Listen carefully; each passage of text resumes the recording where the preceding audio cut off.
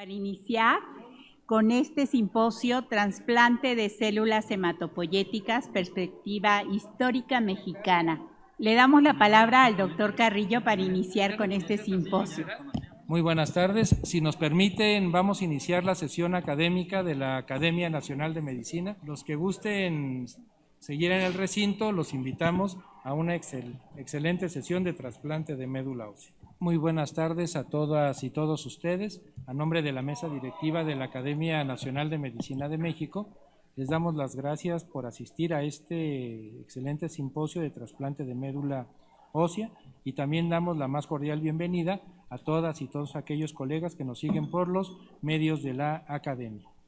En esta sesión vamos a hablar del tema que ya les comenté y dejo la palabra al doctor Guillermo Ruiz Delgado para que conduzca la sesión. Bienvenido, doctor, y bienvenidos todos los participantes. Muchas gracias, doctor Raúl Carrillo Esper, presidente de la Academia Nacional de Medicina. Buenas tardes a todos, honorables miembros del Presidium, académicos presentes, señoras y señoras, y vamos a comenzar con el simposio de esta tarde. Es en relación al trasplante de médula ósea en México, la experiencia que hay en nuestro país en diferentes centros.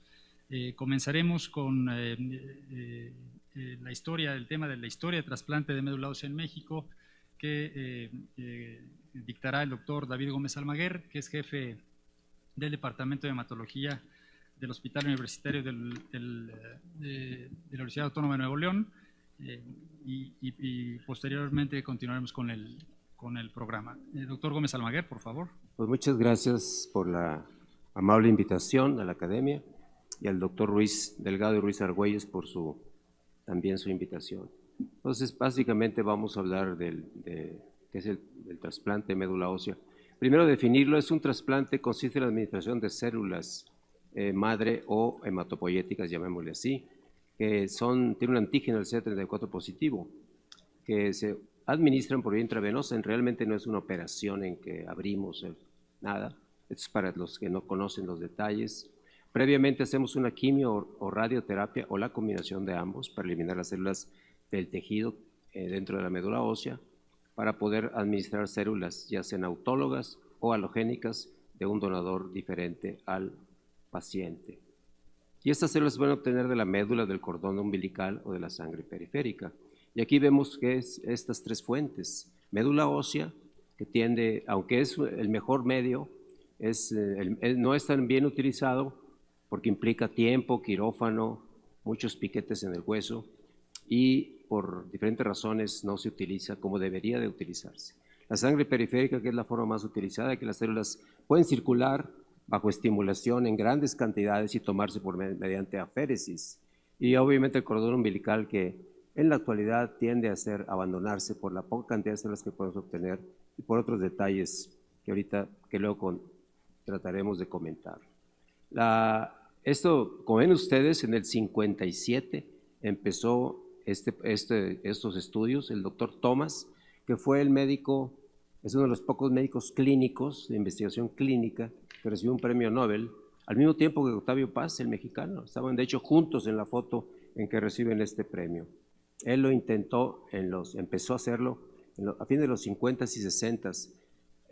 Obviamente la mortalidad en esa época era altísima. Si ahorita es complicado, imagínense en los 60s, con pocos antibióticos, antimicóticos, etcétera, cómo podría ser.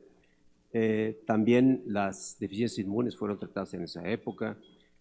Después se vio que siguió más demostraciones ya un poco más adelante, con más fuerza. En el 70, en el 72 ven ustedes una revisión del tema. Entonces ya había mucho más conocimiento y expectativas, y empezó a haber sobrevivientes de gente que estaba condenada a morir. Los trasplantes, por otra parte, se clasifican en autólogos de ti mismo. Tú tomas las células, das quimioterapia y las regresas. Es el trasplante autólogo, que también pueden llamarle administración de quimioterapia en altas dosis con rescate autólogo de células, que eso viene siendo. El trasplante halogénico implica un donador diferente, puede ser idéntico o no, o puede ser de una fuente de donadores o un banco de registro de donadores, que es diferente al paciente. Eso se usa para otro tipo de enfermedades. Y finalmente, en la actualidad podemos usar células de un pariente que no sea totalmente compatible. Usualmente es un hijo, hermano o padre, y eso ha aumentado la posibilidad de tener donadores. Las técnicas modernas permiten decir que este trasplante es muy parecido, prácticamente igual al idéntico, y ahorita es uno de los que más se utiliza y eventualmente probablemente desplace a las otras formas de trasplante. Bueno, entonces, donador no relacionado consiste en voluntarios que no son familiares del paciente, esos no emparentados, y se encuentran en registros nacionales o internacionales. Cordón umbilical puede ser utilizado, ya que básicamente es para niños, la cantidad que se puede tener es limitada, y el costo de tener un tipo de trasplante que tarda mucho en recuperarse los pacientes es muy alto, y también es difícil conseguir estas células. Por lo tanto, aunque hay muchos bancos en todo el mundo, incluyendo en México, tenemos uno en el Hospital Universitario, tiende a abandonarse poco a poco. Aquí ven ustedes un trasplante de médula de un paciente no relacionado, fue las primeras publicaciones en los 80s, y en el 89 se trasplanta el cordón umbilical a un paciente con anemia de Fanconi, un jovencito, un adolescente. Interesante porque fíjense, el doctor Brotmeyer, que es el segundo autor, fue el de la idea se llevó al paciente a Francia, porque en Estados Unidos no lo permitían. Entonces en Francia sí lo permitieron, y por eso fue el que el trasplante se llevó a cabo en Francia. Interesantemente que el doctor Proxmeyer, que ya murió, él fue como que el de la idea de encontrar las células, sabía que ahí estaban las células, pero al llevarse el paciente a Francia, y la doctora Glockman fue la que lo llevó a cabo el trasplante y fue exitoso, ella se llevó los reflectores, de esas cosas peculiares que pasan en la medicina. La quimioterapia se utiliza para eliminar el tejido enfermo, desde el propio paciente, el trasplante autólogo, o bien del enfermo tomando células de un donador relacionado o no relacionado. Y se puede hacer una quimioterapia muy intensa, una de intensidad reducida, o un no mieloablativo, o que es todavía más inmunosupresor que ablativo. Esos tres tipos de quimioterapia son los que tenemos disponibles y podemos utilizar uno u otro, dependiendo cada tipo de enfermo. Y aquí tenemos el mieloablativo, intensidad reducida y a condición no mieloablativo. Y uno puede elegir, por ejemplo, paciente, como me tocó a mí, un paciente de 80 años, tiene mielodisplasia y el enfermo me dice, doctor, yo no quiero morirme sin pelear, hágame usted un trasplante, por favor. Entonces, optamos un trasplante de intensidad reducida. El enfermo lo obtuvo en remisión de una mielodisplasia de alto riesgo, vivió 1 año y pico, lo recayó y falleció. Pero por lo menos ese año lo disfrutó. Cuando cerca uno a los 80 años, siente uno que un año es un año, ¿verdad? Cuando tienes 40 como que no importa, o 50 a lo mejor, pero a los 70 empiezas a darte cuenta del valor de cada año. También se pueden hacer trasplantes que no son totalmente compatibles con el cordón umbilical. Y finalmente hay una técnica que aparece en el 97, se publica por los médicos de Israel, de Italia y de Houston, del Anderson, de utilizar la quimioterapia de intensidad menos agresiva, pensando en que lo que hace la curación en un trasplante alogénico o de un donador diferente al enfermo es el efecto injerto contra tumor, células que llegan y destruyen el tumor, y ese es el primer ejemplo de una terapia celular contra el cáncer en el ser humano. Ahora, siempre se pensó que eran muy importantes las unidades de trasplante purificadas, y eso nace porque en los 70s el doctor Thomas en Seattle, no habiendo antibióticos ni buenos antimicóticos, encerraba a los pacientes en cuartos con flujo laminar, técnicas estériles, comida estéril, una serie de medidas exageradas que hacían pensar que así tiene que ser, y eso se quedó de hecho sigue todavía, y ha sido que algo probablemente ahorita nos contamina y nos hace pensar que tienes que tener unidades iguales a esas, que son muy caras de mantener, y eso ha limitado, en mi opinión, el mundo del trasplante. En la actualidad hay cantidad de artículos cada vez más sobre el trasplante ambulatorio, es un trasplante que va al hospital, se trasplanta y regresa a su casa y vuelve a regresar para vigilar, y que se pueden hacer totalmente ambulatorios, no siempre, pero casi siempre. Esa es una metodología que surge. Estos trasplantes de sangre periférica en México empezaron allá por los fines de los 90, y aquí vemos la primera publicación de 2 casos de trasplante heterólogo de sangre periférica halogénico que fueron hechos en Monterrey y Puebla.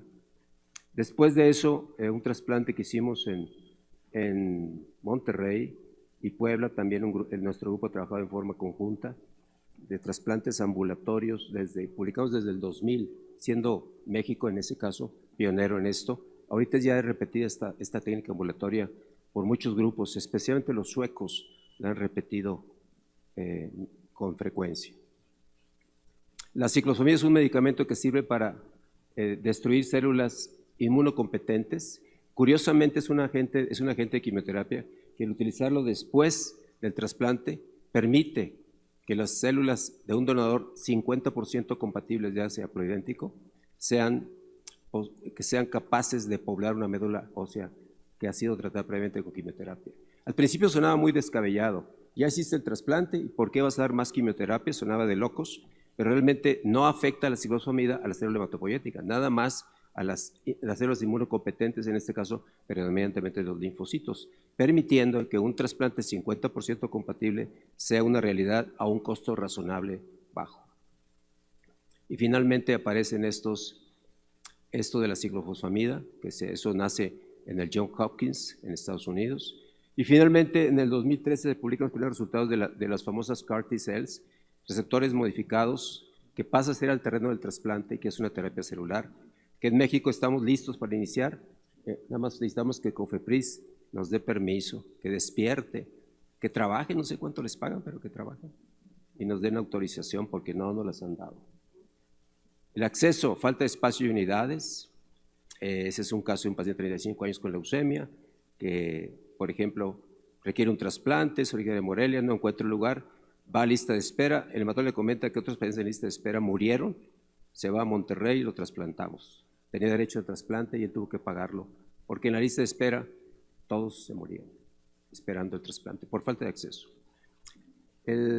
Antes del 95 el trasplante de células hematopoyéticas en México era realmente anecdótico y finalmente empieza a ver la sangre periférica, lo simplificado y esquemas de consentimiento de intensidad reducida permiten que empiece a aumentar el número. Este es el primer intento en el 60 de un médico de Monterrey, el doctor Álvaro Gómez Leal, curiosamente mi padre. Él intenta hacer un trasplante con dosis de ciclofosfamida.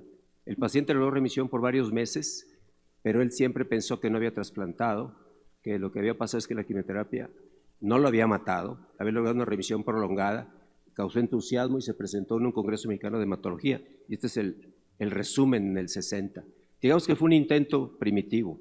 Posteriormente, nutrición, en 1980, el doctor Sosa y colaboradores hacen un trasplante de gemelos idénticos de un paciente con anemia plástica. Luego en la raza aparecen más trasplantes. Esa es una parte de la historia. Este es el primer paciente que se trasplantó con una técnica no violativa o de intensidad reducida en México.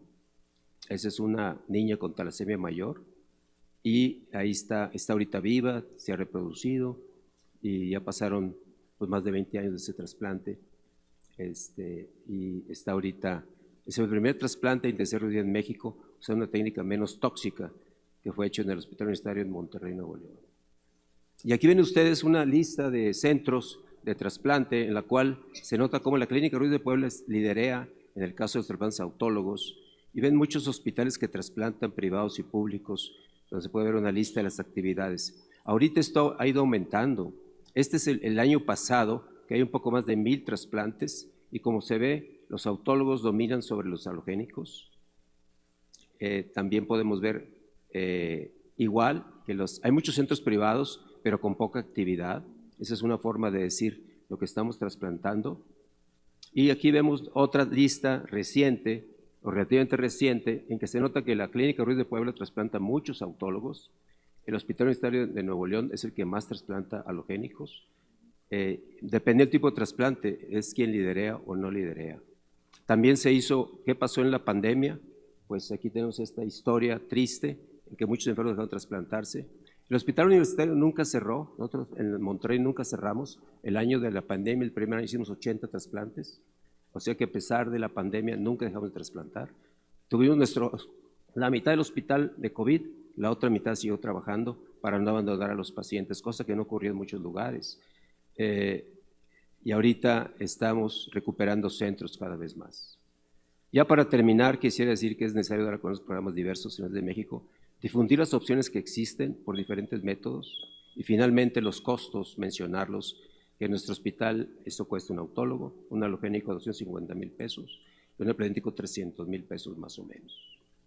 Entonces, con esto y el tiempo que tengo, me despido, no sin antes darles a ustedes las gracias por su atención de este pequeño resumen histórico del trasplante e introducción del trasplante de médula ósea. Muy amables.